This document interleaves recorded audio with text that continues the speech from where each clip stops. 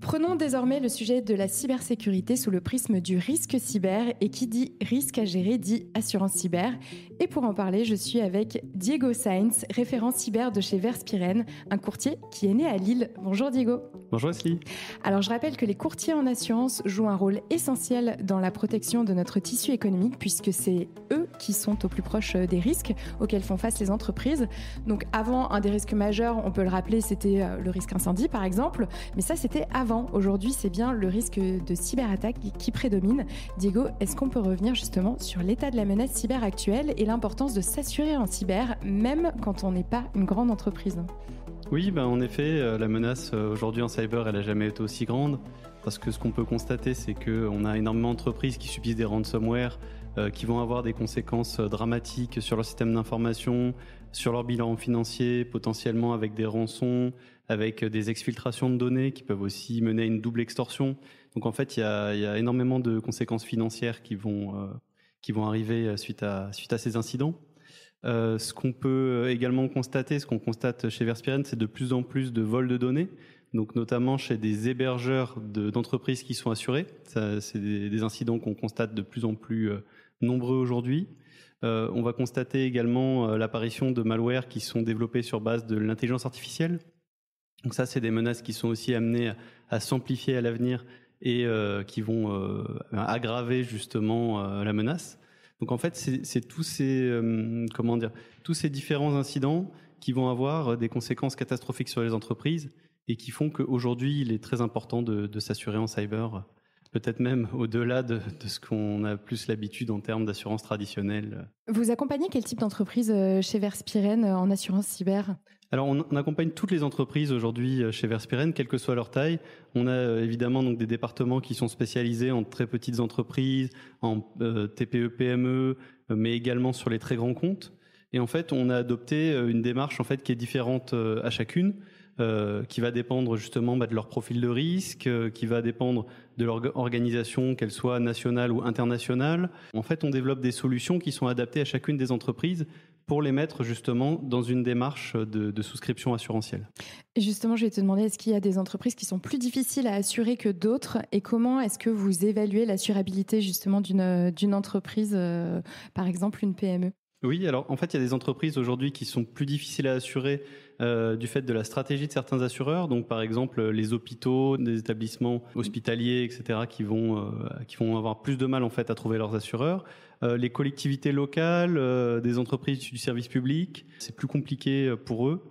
Pourquoi c'est plus compliqué pour eux ? Est-ce qu'on a des explications ? Alors ça, c'est à voir justement avec les assureurs. C'est issu des politiques de souscription de ces assureurs qui peuvent être dues soit à la sinistralité, soit à des positions de principe, soit à des directives provenant de d'autres pays. Et qu'est-ce qu'on pourrait faire pour qu'elles soient assurables, ces entités-là, par exemple ? Alors, il faut les aider à avoir des meilleurs niveaux de prévention déjà. Ça, c'est un point qui est extrêmement important parce que c'est aujourd'hui généralement le point qui est le plus bloquant dans une étude d'assurance. Également mettre en place des solutions de prévention adaptées pour les aider. Donc ça, c'est assez important et la plupart des assureurs aujourd'hui le font. Et puis, les accompagner un petit peu sur la durée, renforcer un petit peu leur dossier avant de le présenter au secteur de l'assurance. Donc c'est des choses qu'on fait chez Verspiren un peu au quotidien. Donc vous les accompagnez à devenir assurables c'est ça, exactement. Dans leur protection cyber. À quel point est-ce que c'est important aujourd'hui pour le secteur de l'assurance de travailler en collaboration, en coopération avec les experts cyber, justement pour rendre ce risque assurable sur la durée ?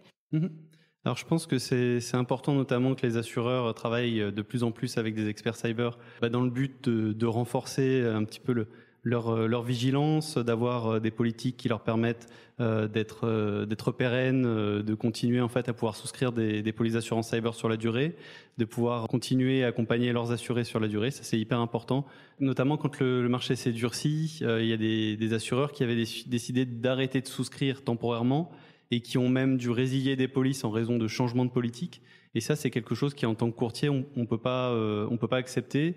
On doit en fait chercher à faire assurer justement nos clients sur la durée. Et donc, de ce fait, c'est hyper important que les assureurs soient techniquement en fait très très bons et très réactifs aussi en cas de cyberattaque. Comment on fait par exemple pour gérer le risque systémique en cyber? Est-ce que vous faites face à cette problématique chez Verspiren? Ça c'est la grande question. Oui, donc en effet chez Verspiren on a énormément d'entreprises qui sont clientes chez nous.